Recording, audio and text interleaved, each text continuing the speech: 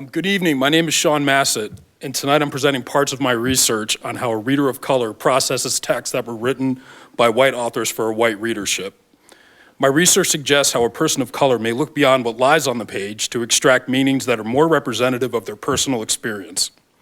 I use the racial minority of the Countess in Henry James' What Maisie Knew as an example of an overlooked character in a white-authored novel, and I demonstrate how I, as a reader of color, made larger inquiries about her existence might be like outside of the confines of this novel. James's construction of the Countess leaves practical questions unanswered that must be addressed if the reader is to find her believable. The unanswered questions I ask about the character are, how did she receive her wealth, and how did she come to make the peregrination to England? In asking and answering these questions, I address how characters of color, such as the Countess, are inadequately seen in canonical works of literature. What Maisie Knew is a novel published in 1897 and follows the story of a young child named Maisie and the growth of her consciousness and perception of an immorally bereft family in late Victorian England. As a child of the divorced parents, the titular Maisie is used as a feathered shuttlecock in an acrimonious game of divorce between her father and mother.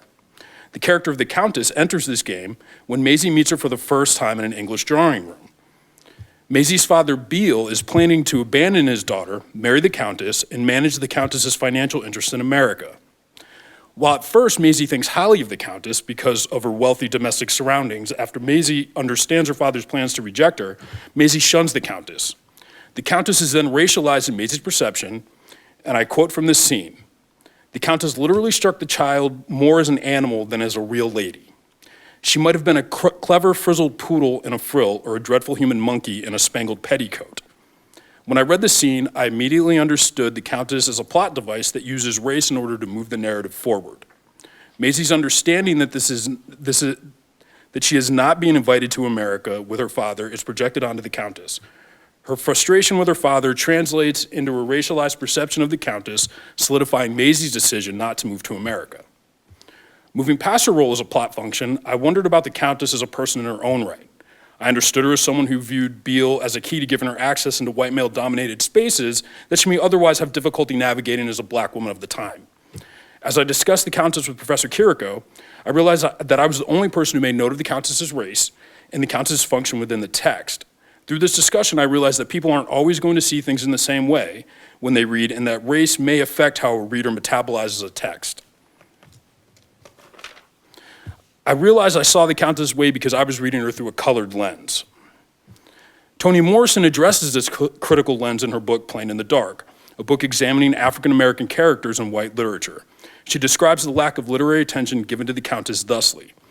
It is possible, for example, to read Henry James scholarship exhaustively and never arrive at a nodding mention, much less a satisfactory treatment of the black woman who lubricates the turn of the plot and becomes the agents of moral choice and meaning in What Maisie Knew. In other words, almost no scholars have paid any attention to the black woman in the story. One way to begin constructing a satisfactory treatment is to discuss how the Countess may have gained her wealth. The Countess is the only character in the novel with true wealth. Obtaining money is a problem in the novel, and Maisie's parents must align themselves with wealthy partners in order to survive.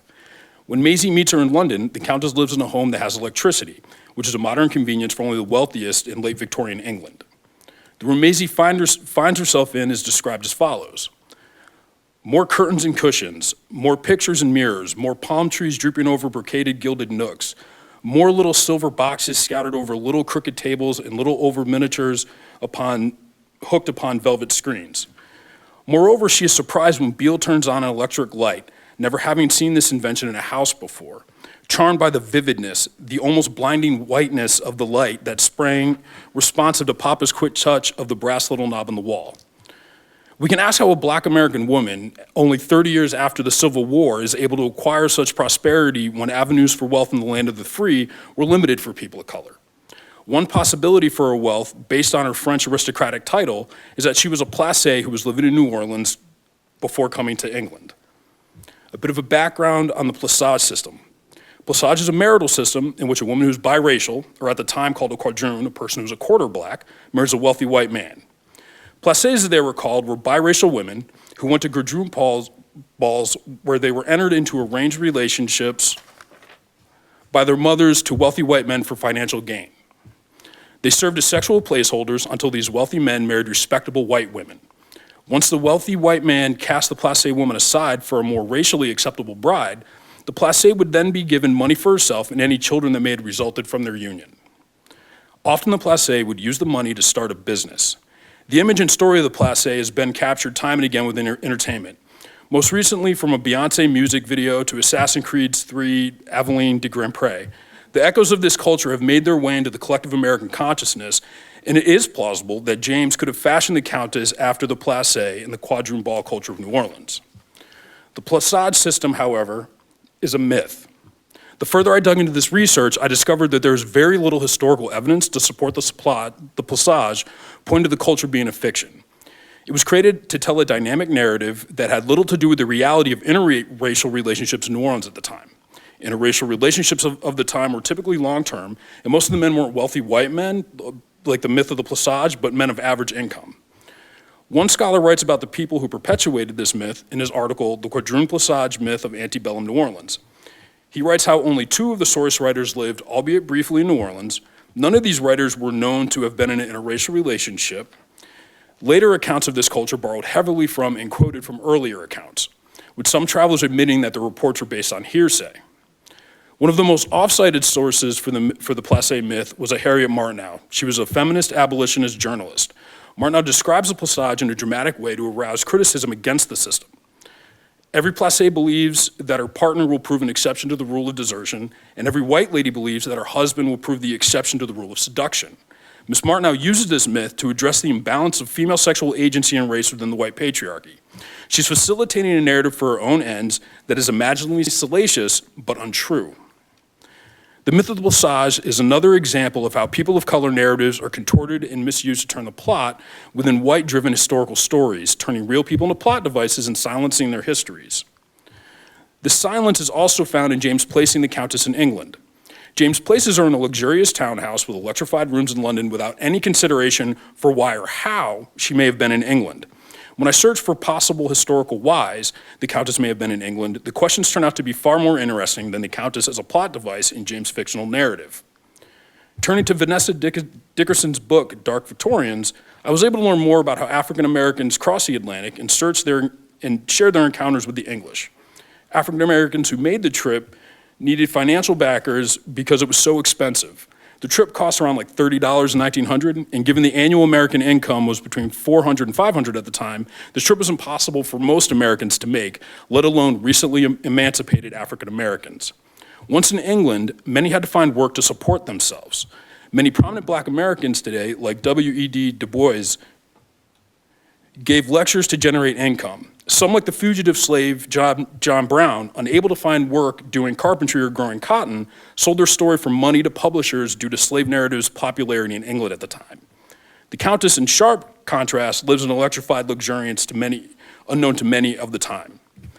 As an imaginative figure in Henry James's text, her financial status and how she acquired her wealth is an unanswered mystery of this novel.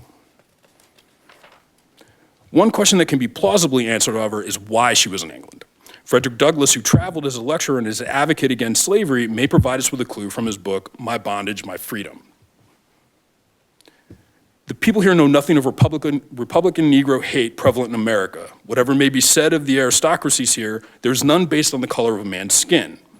This quote offers a possible explanation as to why the Countess was in England to escape the racial burdens of America and not be seen by her skin tone.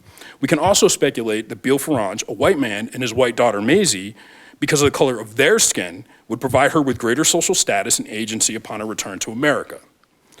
What I've discussed tonight is only a small part of the reality that lies behind the page when we see a character like the Countess. The story that whispers at the reader from between the serifs and semicolons, begging the reader to ask deeper questions about a Black woman who lubricates the turn of the plot, as Toni Morrison describes her. The more historically contextual questions we ask, the more James's construction of the Countess unravels, losing its logic in the superficial use of her race. That doesn't mean, however, we should stop reading books that use race superficially. Readers of color being readers speaks to a larger fact about books. They transcend those flaws of superficiality in a lot of ways, and that ultimately books are for everyone. As creators of literature move forward, they are better equipped at making work that represents people of color and their interests, and in doing so, hopefully make literature that people could see themselves and their experiences reflected in. Lastly, all the artworks in this presentation, aside from Edward Gorey and John Singer Sargent, were made by artists of color. I wanted to show a diverse collection of Black artwork that speaks and reinforces the idea of representation in creative spaces. Thank you.